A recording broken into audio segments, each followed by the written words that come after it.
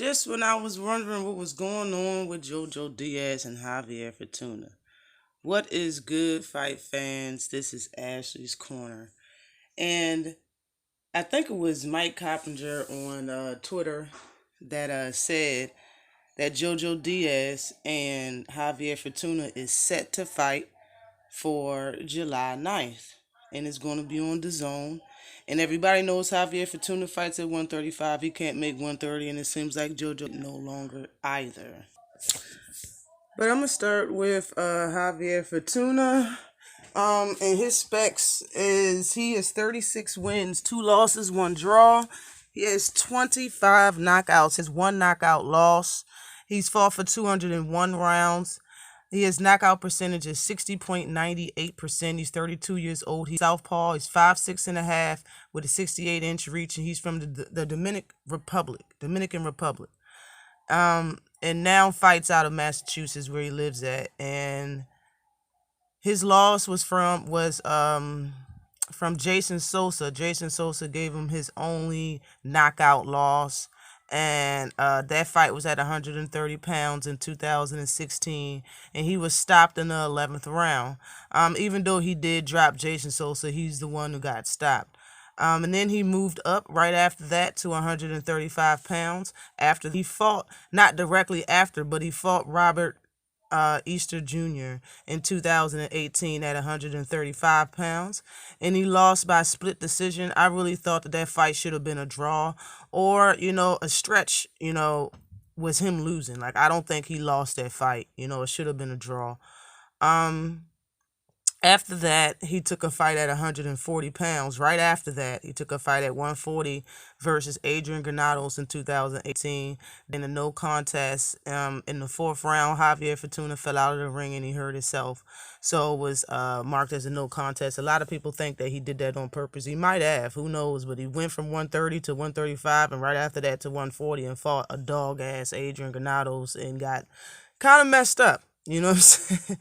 But, then he went back down. Right after that fight, he went back down to 135 pounds, and he's had 3 fights since then, and he's won all 3 of them. He had, I think he won by unanimous decision, and in his last 2 was a TKO win and a knockout win. So he's on a good little run right now, and he's about to meet up with JoJo Diaz in July the 9th, and on the zone.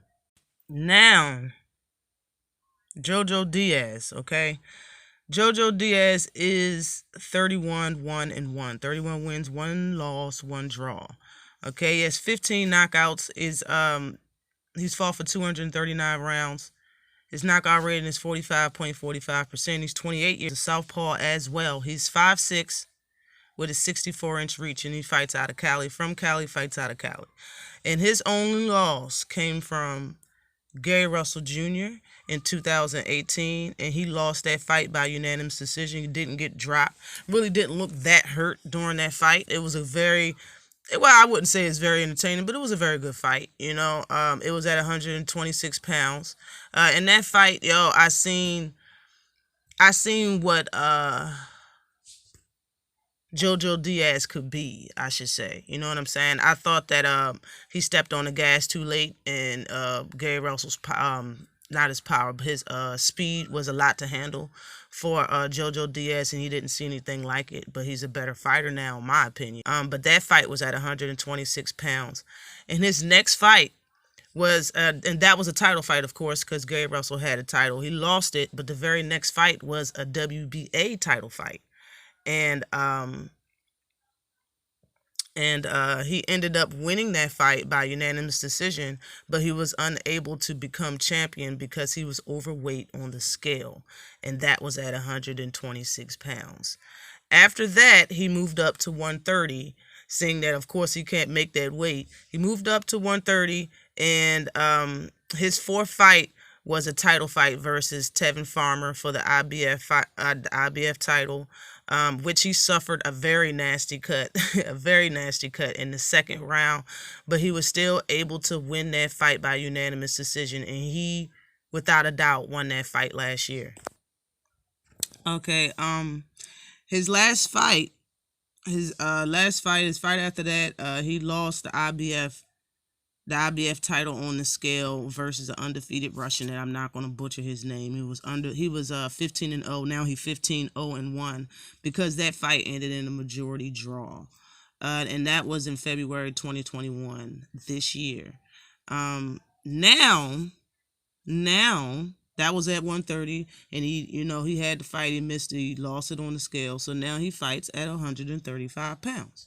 And this fight is at 135 versus Javier Fortuna. And I like it. I like that he's at 135 and he's going to be mixing it up with them. I think it's cool.